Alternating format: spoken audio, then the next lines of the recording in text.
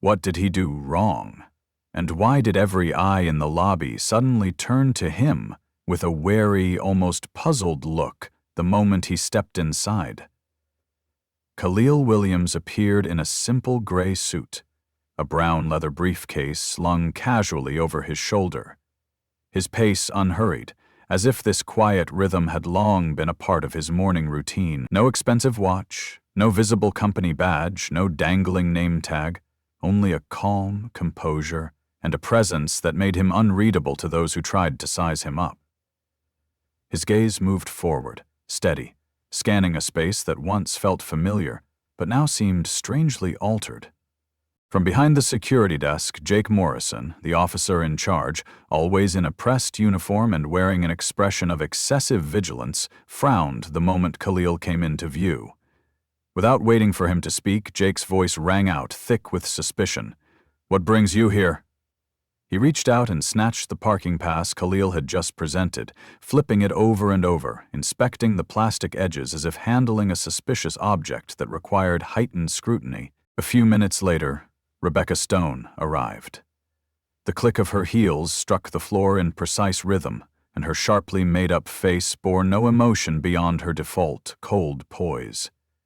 She asked no questions, made no effort to verify anything.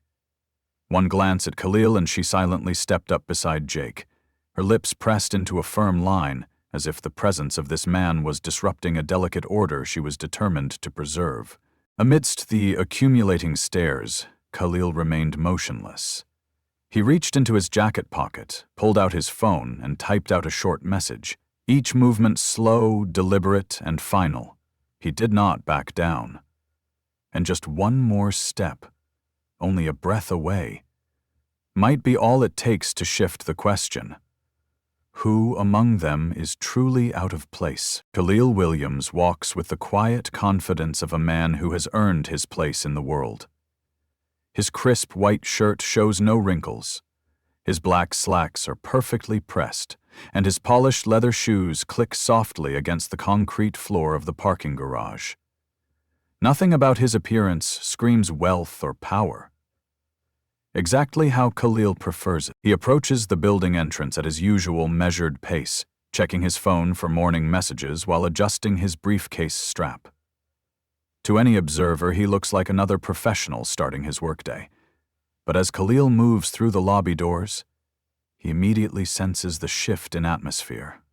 Jake Morrison, the 35-year-old security manager, watches Khalil's every step from behind the front desk. Jake's uniform is meticulously ironed, his badge polished to a shine, but his eyes carry the unmistakable gleam of someone who believes he holds more authority than his position actually grants. He leans over to whisper something to his colleague, never taking his gaze off Khalil. "Another one trying to sneak in," Jake mutters, loud enough for Khalil to hear. The comment hangs in the air like smoke, creating an immediate tension that makes other people in the lobby glance around uncomfortably. Khalil reaches into his jacket pocket and retrieves his parking permit, a small plastic card that should grant him unrestricted access to the building's facilities. He approaches Jake's desk with the same professional demeanor he brings to every business meeting, extending the permit with a polite nod. Jake examines the card with exaggerated scrutiny, holding it up to the light as if checking for counterfeit bills. His movements are deliberately slow, each gesture designed to communicate doubt and suspicion. Behind him, security cameras capture every moment of the interaction, though Jake seems unaware that his behavior is being recorded for posterity. "Are you sure you're supposed to be here?" Jake asks, his tone dripping with skepticism. The question isn't about parking validation. It's about whether Khalil, as a black man, belongs in this space at all. Khalil maintains his composure, offering only a slight raise of his eyebrows to indicate his growing awareness of what's really happening. He's experienced this before, though rarely in such a blatant form. Other employees pass through the lobby, their own parking permits receiving cursory glances and warm greetings. The contrast couldn't be more obvious. "I believe my permit is in order," Khalil responds calmly, though his voice carries an undertone that suggests He's taking mental notes of everything happening around him. Jake's suspicion transforms into something more aggressive as he continues his performance of authority. He holds Khalil's parking permit under a desk lamp, turning it over multiple times as if searching for hidden flaws. The plastic card that dozens of other employees use without question suddenly becomes an object requiring forensic analysis. "This parking pass looks suspicious," Jake announces, loud enough for nearby employees to hear. He reaches for his radio, his movements theatrical and designed for maximum impact. "We might have a situation in the parking garage," he broadcasts, though no actual situation exists beyond his own manufactured drama. Sarah Chen, a young receptionist working at the adjacent desk, shifts uncomfortably in her chair. She's witnessed countless employees pass through security without incident, and the contrast in treatment is becoming impossible to ignore. Her fingers hover over her keyboard as she pretends to work, but her attention remains fixed on the unfolding confrontation. Khalil watches as Jake demands additional identification, as if a parking permit, the same credential accepted from everyone else, suddenly carries no weight. "What company do you work for, exactly?" Jake asks, though the question has no bearing on parking validation. "I've never seen you around here before," he adds, despite the fact that his shift started only 30 minutes ago. The subtext of Jake's questions becomes increasingly clear. He's not investigating a parking violation, he's challenging Khalil's right to exist in this space. Each inquiry carries the underlying assumption that Khalil must be lying, that his presence represents some form of trespassing or fraud. Khalil responds with measured professionalism, providing only the information explicitly requested, while carefully observing the security manager's behavior. He notices how Jake's demeanor changes completely when a white executive passes through the checkpoint. The same man who subjected Khalil to intense scrutiny offers warm greetings and casual conversation to other arrivals. "This is interesting," Khalil thinks to himself, pulling out his phone to send a brief text message. His fingers move quickly across the screen, though the recipient and content of his communication remain hidden from view. The atmosphere in the lobby grows heavier as more employees begin to notice the extended interaction. Some slow their pace as they pass, curious about the unusual delay at the security desk. Others deliberately avert their gaze, uncomfortable with witnessing what appears to be a routine check that has somehow transformed into something far more problematic. Khalil realizes he's not dealing with an isolated incident of poor customer service. The pattern of behavior, the assumptions, the differential treatment. Everything points to a systematic problem that goes far beyond one security guard's bad morning. He makes another mental note, adding Jake's behavior to a growing list of observations that will soon become very relevant. Jake continues his performance, suggesting that Khalil might be trespassing and hinting that his parking permit might be fraudulent. The words carry weight in the corporate environment, creating an atmosphere where Khalil's professional credibility comes under attack, based solely on suspicion and bias. As the confrontation escalates, Khalil remains calm but begins to understand the true scope of what he's witnessing. This isn't just about parking, it's about power, assumptions, and the way people treat others when they believe those others have no recourse or authority to challenge their behavior. The situation explodes into public theater as Jake's voice rises above the ambient noise of the busy lobby. "Sir, I'm going to need you to move your vehicle immediately," he announces, with the authority of someone who believes he's performing his duty rather than indulging his prejudices. "This is a private lot for authorized personnel only," he adds, despite Khalil having already presented valid authorization. Jake's radio crackles to life as he calls for backup, summoning 2 additional security guards to address what he describes as a non-compliance situation. The language is calculated to make Khalil sound like a threat, transforming a simple parking validation into what appears to be a security emergency. The additional guards arrive quickly, their presence creating a spectacle that draws attention from every corner of the lobby. Office workers stop their conversations to stare, some pulling out phones to record the unusual confrontation. Khalil finds himself surrounded by uniformed security personnel, all because he dared to park his car and enter a building where he supposedly doesn't belong. "People like you always try to take advantage," Jake declares, his words carefully chosen to sound professional while carrying deeply offensive implications. The phrase, "people like you," hangs in the air like a verbal weapon, its meaning clear to everyone within earshot. "I bet you don't even work in a place like this," he continues, his assumption based entirely on Khalil's appearance rather than any actual evidence. The humiliation intensifies as Jake suggests that Khalil should try parking on the street where you belong. The comment draws audible gasps from several bystanders, including Sarah Chen, whose face registers shock at the blatant nature of the discrimination she's witnessing. Khalil maintains his dignity throughout the assault, his posture straight and his voice controlled.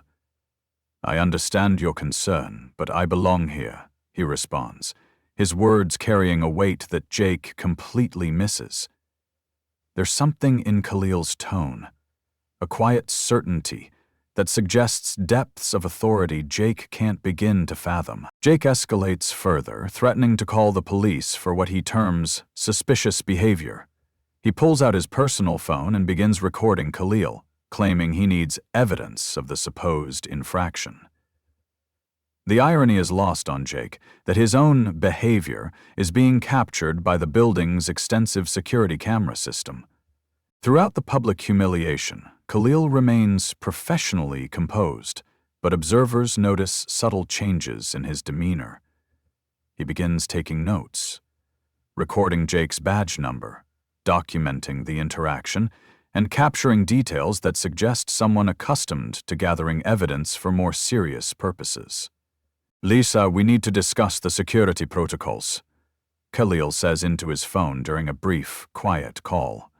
The conversation lasts only seconds, but his tone carries an authority that seems inconsistent with someone who supposedly doesn't belong in the building. As the confrontation reaches its peak, Khalil sends another text message. "Please prepare the board meeting materials for this afternoon." The content of his communication is lost in the chaos of Jake's performance, but those paying attention might notice that Khalil's behavior suggests someone with significant responsibilities and resources. The crowd around the security desk grows larger as word spreads throughout the building about the unusual incident in the lobby. Some employees express quiet disapproval of Jake's behavior, while others seem uncomfortable but unwilling to intervene.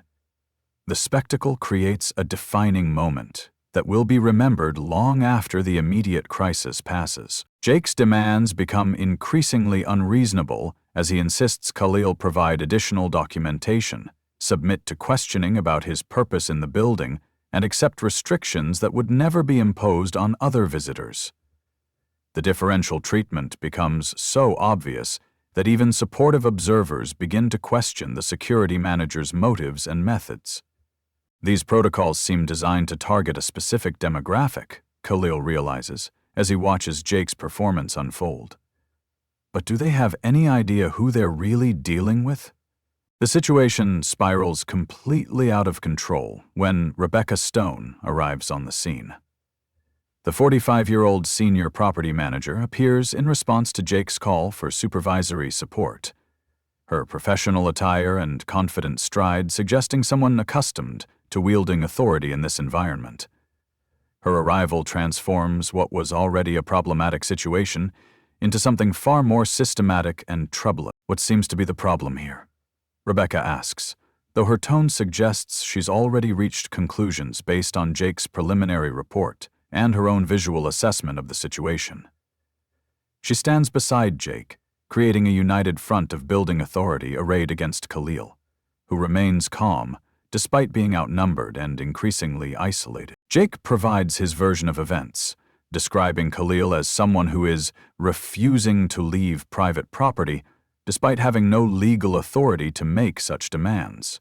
His report omits crucial details, like Khalil's valid parking permit and professional demeanor, while emphasizing elements that make Khalil sound uncooperative and potentially dangerous. Rebecca accepts Jake's account without conducting any independent investigation.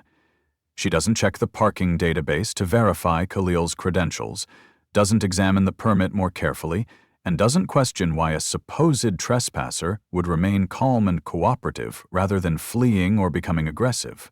Her assumptions align perfectly with Jake's, creating a feedback loop of bias that reinforces their shared prejudices. "Sir, this is a serious matter," Rebecca tells Khalil, her voice carrying the cold authority of someone who believes she holds all the cards. Her words transform a parking validation issue into what sounds like a potential criminal case, though no actual crimes have been committed or even alleged with any specificity. The systematic nature of their bias becomes evident as Rebecca and Jake work together to create increasingly complex barriers to Khalil's presence in the building. They don't simply ask him to move his car. They begin building a case for why he shouldn't be allowed in the building at all, despite his valid credentials and peaceful behavior. "We have cameras recording everything," Rebecca warns, apparently unaware that those same cameras are documenting her own questionable behavior. "Your license plate has been documented," she adds, as if parking in a space for which he holds a valid permit constitutes some form of criminal activity requiring police documentation. Their threats escalate to include trespassing charges, a legal concept they seem to misunderstand entirely. Khalil's calm demeanor throughout their increasingly aggressive behavior suggests someone with extensive experience in handling confrontational situations and a deep understanding of legal boundaries that Rebecca and Jake are approaching dangerously. A crowd of employees gathers around the security desk as word spreads throughout the building about the unusual confrontation in the lobby. Some whisper among themselves, pointing at Khalil while discussing what they're witnessing. Others pull out phones to record the incident, though whether they're documenting perceived wrongdoing by Khalil or building a record of inappropriate behavior by security remains unclear. Sarah Chen, the young receptionist, looks increasingly uncomfortable as she watches the situation unfold. Her computer screen shows access to building directories and employee databases, information that could quickly resolve any questions about Khalil's legitimacy. But Rebecca and Jake show no interest in actually investigating their concerns through official channels. Khalil continues responding to their escalating demands with professional composure, but careful observers notice his strategic behavior. He makes quiet phone calls, with instructions that sound far more authoritative than someone supposedly caught trespassing should possess. "Emergency board meeting, 2 p.m., he says during one brief conversation. "Please have legal review our security contractor agreement," he adds during another. The content of these communications passes unnoticed by Rebecca and Jake, who remain focused on their performance of authority rather than actually listening to the man they're confronting. Their assumption that Khalil lacks power or resources blinds them to evidence that contradicts their entire narrative. As the confrontation reaches its crescendo, Jake makes the ultimate escalation by calling actual police to report trespass by someone who holds valid credentials to be exactly where he is. Rebecca supports this decision enthusiastically, threatening to ban Khalil from premises she apparently believes she has the authority to control. "This is what happens when people try to game the system," Rebecca declares, her words revealing the assumptions underlying her entire approach to the situation. In her mind, Khalil's presence represents an attempt to circumvent legitimate authority, rather than the exercise of rights and privileges he has legally obtained. Throughout the escalating confrontation, Khalil maintains his dignity while making final preparations for what's about to unfold. He makes one more quiet phone call, simply saying, "It's time." He looks directly at the security camera, straightens his tie, and prepares for a revelation that will transform everyone's understanding of the power dynamics in this building. The crowd grows larger as employees from upper floors hear about the incident and come down to witness the unusual spectacle. The lobby buzzes with conversation and speculation, creating an audience for what's about to become a defining moment in the building's history. None of the observers, except Khalil himself, have any idea how dramatically the situation is about to change. Rebecca and Jake stand confidently behind the security desk, surrounded by backup guards and supported by their assumption that they represent legitimate authority confronting an illegitimate intruder. Their body language radiates satisfaction with their performance, completely unaware that they've just made the most catastrophic professional mistake of their careers. Khalil remains the calmest person in the lobby, his composure suggesting someone who holds information that no one else possesses.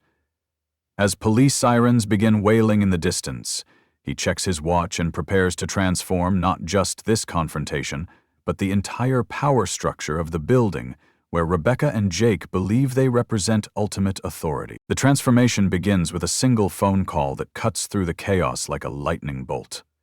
Khalil's phone rings with the distinctive tone of an urgent business call, and when he answers, his voice carries an authority that has been hidden beneath his professional patience throughout the entire confrontation. "Mr. Williams, the board is assembled," comes the voice from his phone, loud enough for nearby observers to hear.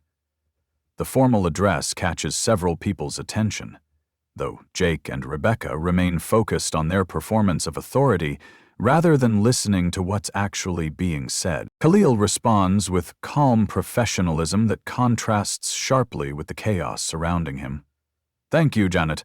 I'll be right up," he says, his tone suggesting someone accustomed to having assistants manage his schedule and board meetings arranged at his convenience. The casual way he mentions going up implies familiarity with the building's upper floors, areas typically reserved for executive leadership. Sarah Chen, the young receptionist, catches the name Mr. Williams, and something clicks in her memory. Her eyes widen with sudden recognition as she frantically begins searching through her computer database, her fingers flying across the keyboard as she cross-references the name with the building's ownership and management records. "Wait! Mr. Williams?" Sarah gasps, her voice barely audible above the ongoing confrontation. Her discovery sends shockwaves through her understanding of what she's been witnessing. The man Rebecca and Jake have been humiliating and threatening to arrest isn't just another office worker. He's someone whose name appears at the very top of the building's organizational chart. The revelation spreads like wildfire as Thomas Rodriguez, the building's head of operations, receives an urgent call about a situation involving the owner in the lobby. Thomas rushes downstairs, his face pale, with the realization that his security team has somehow managed to create an incident involving the one person in the building who literally signs their paycheck. "Mr. Williams, I'm so sorry, we didn't know you were here," Thomas says as he arrives breathlessly at the security desk. His deferential tone and obvious panic create an immediate shift in the lobby's atmosphere. Conversations stop mid-sentence as employees realize they've been watching something far more significant than a simple security incident. Jake and Rebecca's faces drain of color as the implications of Thomas' words sink in.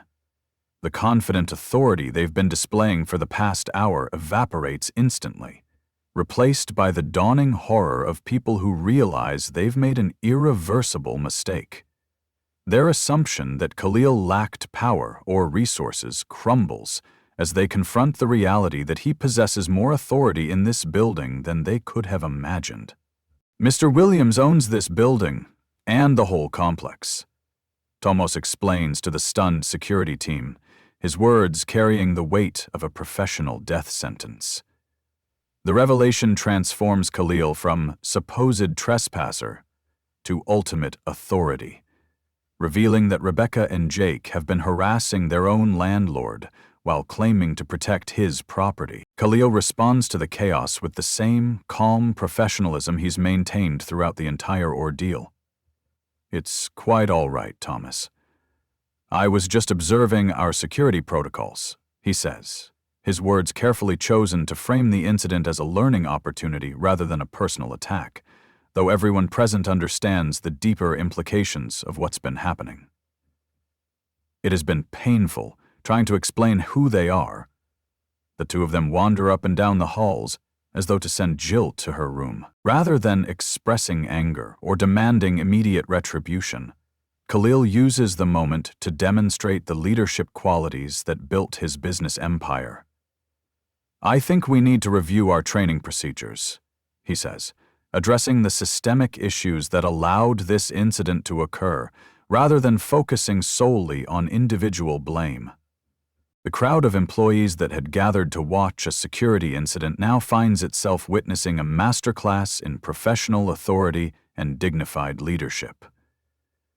Khalil's measured response to extreme provocation reveals character traits that explain how someone builds the kind of business success that leads to owning multiple commercial properties.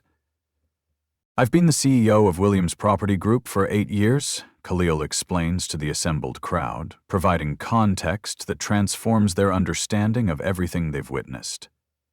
"This building, along with 47 others in the city," he adds, making clear that this incident has occurred in just one small piece of a much larger business empire.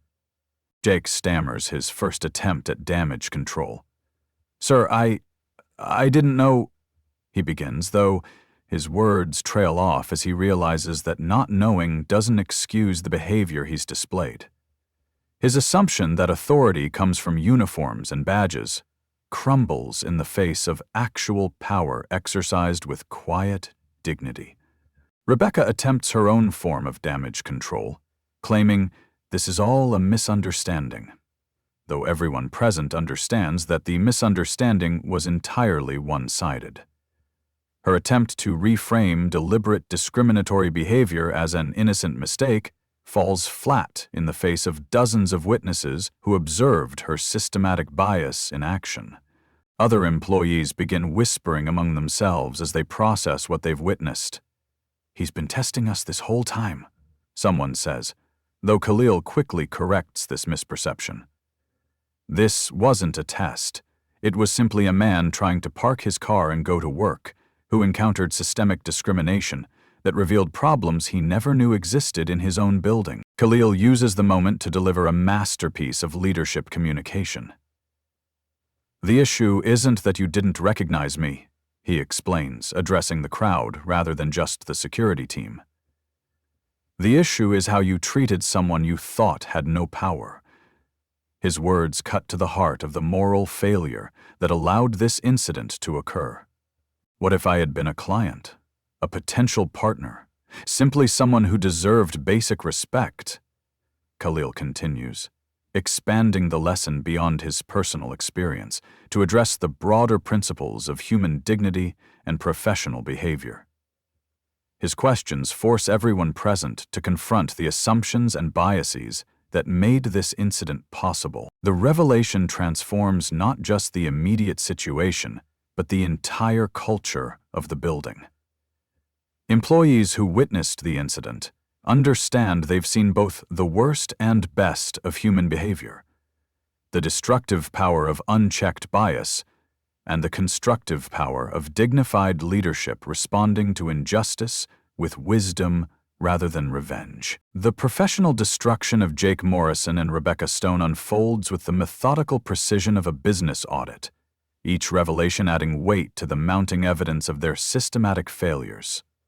Khalil's response to their behavior demonstrates the difference between reactive emotion and strategic leadership, as he transforms their personal attack into an opportunity for organizational improvement. There is instant aggression. "Tomas, please review all security incidents from the past 6 months, Khalil instructs, his tone carrying the quiet authority of someone accustomed to having his directives implemented immediately and thoroughly. "I want to see if this is a pattern of behavior," he adds, though his measured language suggests he already suspects what the investigation will reveal. The immediate suspension of Jake and Rebecca pending investigation sends shockwaves through the building's security and management teams. Word spreads quickly that the incident in the lobby wasn't an isolated case of poor judgment, but rather the visible tip of a much larger iceberg of problematic behavior that had been hidden from upper management until now. The Human Resources Department, alerted to the situation by Thomas's urgent call, begins pulling files and reviewing complaint records. What they discover paints a disturbing picture of systematic bias that had been dismissed, minimized, or ignored by supervisors who shared similar prejudices. Multiple unreported complaints emerge from employees who had been afraid to speak up against security personnel they believed held unchallenged authority. Sarah Chen, emboldened by witnessing Khalil's dignified response to injustice, makes a decision that transforms her from passive observer to active participant in accountability. She posts about the incident on social media, her message simple but powerful. "Watched my boss get profiled at his own building. This is what systemic racism looks like in corporate America." Post, accompanied by photos and video footage captured during the confrontation, spreads across social media platforms with viral intensity. The hashtag CEO Profiled begins trending as people share the story and discuss their own experiences with discrimination in professional settings. The building's address becomes widely known as the site where a black millionaire was harassed by his own security team. Media requests flood the building's main phone lines as news outlets recognize the story's broader significance. The incident becomes a case study in workplace discrimination, unconscious bias, and the way power dynamics can blind people to their own prejudices.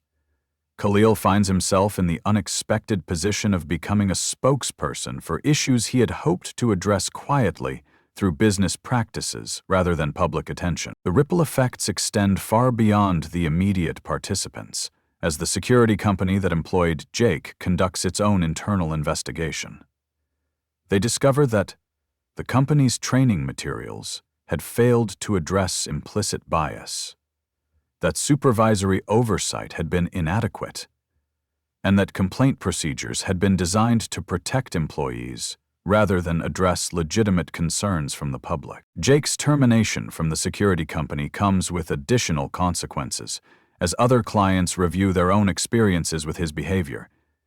Security footage from multiple buildings reveals a pattern of differential treatment that had gone unnoticed when directed at people who lacked the resources or authority to challenge discriminatory behavior effectively. Rebecca's professional destruction proves even more comprehensive as her property management license comes under review by state regulatory authorities. The incident highlights failures in professional judgment that extend beyond this single confrontation, raising questions about her fitness to manage commercial properties, where she exercises authority over diverse tenants and visitors. The security company itself faces potential loss of contracts as corporate clients reevaluate their relationships with vendors who failed to properly train or supervise their personnel. The economic consequences of Jake and Rebecca's behavior extend far beyond their individual careers, affecting their employers and potentially their industry's reputation for professional competence. Khalil's strategic response throughout the unfolding crisis demonstrates sophisticated crisis management skills that explain his business success. Rather than seeking personal revenge or financial compensation, he focuses on systematic changes that will prevent similar incidents from occurring in any of his properties. His approach transforms a discriminatory attack into an opportunity for organizational learning and improvement. This is about fixing broken systems, not punishing individuals, Khalil explains to reporters who seek inflammatory quotes about the incident. His measured response frustrates those who want simple narratives of good versus evil, but it establishes him as a leader capable of addressing complex social issues with nuance and wisdom. The lasting impact of the incident extends throughout Khalil's property portfolio, as new diversity training becomes mandatory for all security personnel, property managers, and customer service staff. Anonymous reporting systems are established to ensure that future incidents are documented and addressed before they escalate to public confrontations. New protocols require security personnel to verify their concerns through official channels rather than relying on personal assumptions about who belongs in specific spaces. The changes represent a comprehensive overhaul of policies that had allowed bias to operate unchecked under the guise of professional authority. The incident becomes a case study in business schools and diversity training programs, demonstrating how individual prejudices can create organizational liabilities when they remain unaddressed by leadership. Khalil's response is studied as an example of how leaders can transform negative incidents into positive change through strategic thinking and principled action. Jake and Rebecca's names become cautionary tales in their respective industries, reminding other professionals that their behavior toward those they perceive as powerless can have devastating consequences when their assumptions prove incorrect. Their story serves as a warning about the professional risks of allowing personal biases to influence professional behavior. The broader implications of their downfall extend beyond individual consequences to industry-wide conversations about training, oversight, and accountability in service industries where employees exercise authority over diverse populations. Their failure becomes a catalyst for systemic changes that protect both employees and the people they serve. In the quiet of his executive office, 3 days after the incident, Khalil Williams sits behind a desk that overlooks the city skyline, the same view he's enjoyed for 8 years as CEO of Williams Property Group. The space reflects his personality: professional but not ostentatious, successful but not flashy, powerful but accessible. Today, however, the office serves as a place for reflection on lessons learned. From an incident that has already begun transforming his business practices, power isn't about the title you hold or the building you own, Khalil says during an interview with a business journalist who has come to understand the broader implications of what happened in the lobby. It's about how you treat people when you think no one is watching, he continues, his words carrying the weight of someone who has experienced both sides of power dynamics throughout his career. The incident has prompted Khalil to examine his own assumptions about the effectiveness of his company's diversity and inclusion initiatives. Despite implementing policies that looked comprehensive on paper, the reality of systematic bias had operated unchecked in his own building until he experienced it personally. The revelation humbles him, while strengthening his resolve to create lasting change. I could have revealed my identity immediately, Khalil reflects, acknowledging the choice he made to allow the incident to unfold rather than using his authority to stop it quickly. But then, we never would have seen the real problem, he explains, describing his decision to endure humiliation in service of gathering evidence about systematic failures in his organization. His experience has led to the establishment of new scholarship programs for minority business students at local universities, an initiative that extends his influence beyond his own company to address the root causes of inequality in business leadership. The scholarships focus specifically on students who demonstrate leadership potential despite facing systematic barriers to advancement. The mentorship program for young entrepreneurs has become another legacy of the incident, connecting successful business leaders with emerging talent from underrepresented communities. Khalil's personal involvement in the program demonstrates his commitment to creating pathways for others to achieve the kind of success that allowed him to own 48 commercial buildings across the city. The building where the incident occurred has become a model for inclusive business practices, attracting tenants who specifically seek environments that prioritize diversity and respect for all people regardless of their appearance or background. The positive reputation emerging from Khalil's response to discrimination has created competitive advantages that demonstrate the business value of principled leadership. This reminded me why I started my company, Khalil shares, describing how the incident reconnected him with the original motivations that drove him to build his business empire. Success means nothing if you can't create change, he adds, articulating a philosophy that transforms wealth from personal achievement into social responsibility. His reflection on the incident reveals a mature understanding of power and its obligations. Every interaction is a chance to build a better world, Khalil explains, describing how individual moments of choice create cumulative effects that shape organizational culture and social progress.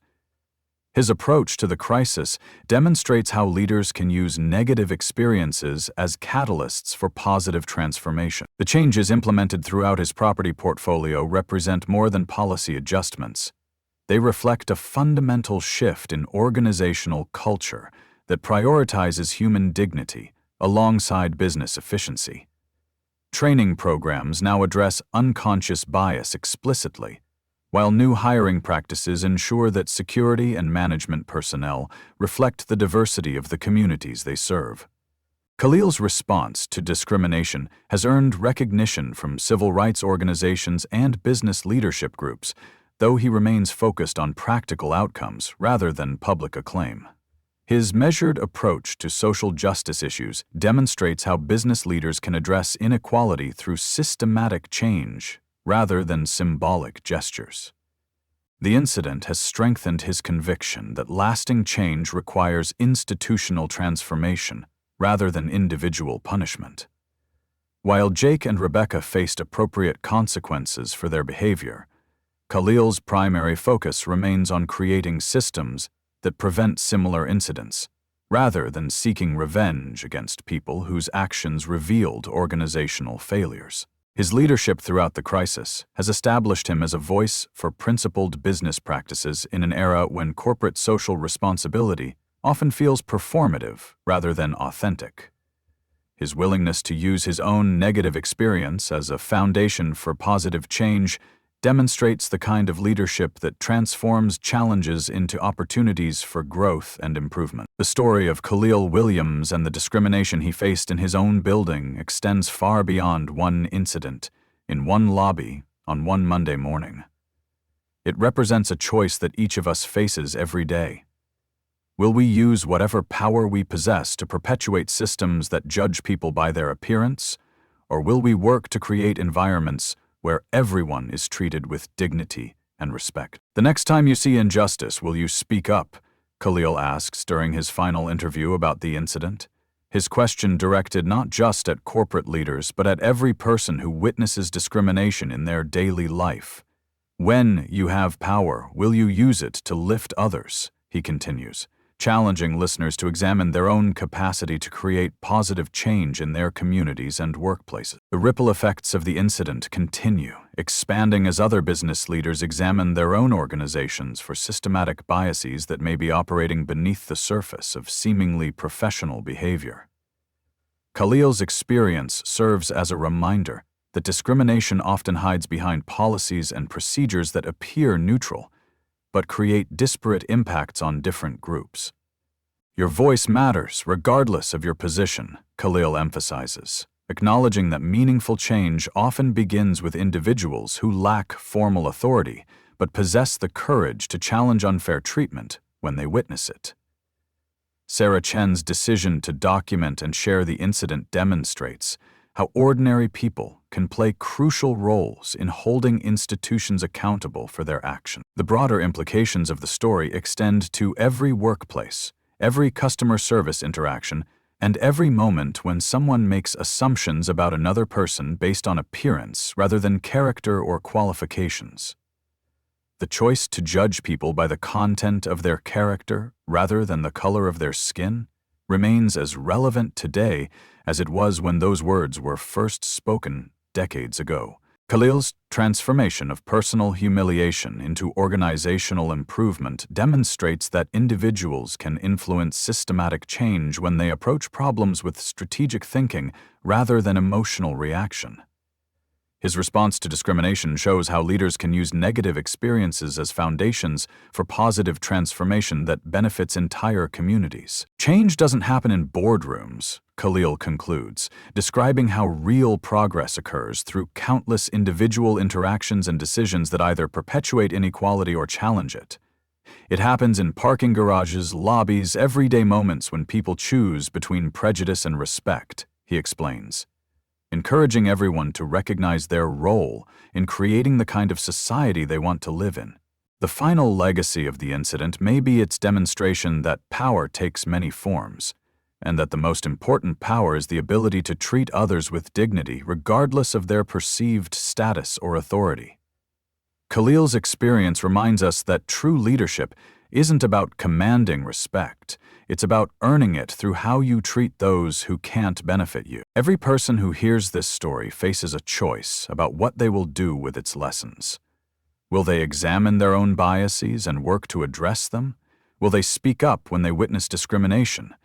Will they use whatever influence they possess to create more inclusive environments in their communities and workplaces? The answer to those questions will determine whether Khalil Williams' experience in that parking garage becomes just another story about discrimination overcome, or a catalyst for the kind of systematic change that makes such incidents increasingly rare in a society that truly values equality and justice for all people. True power isn't commanding respect. It's earning it through how you treat those who can't benefit you.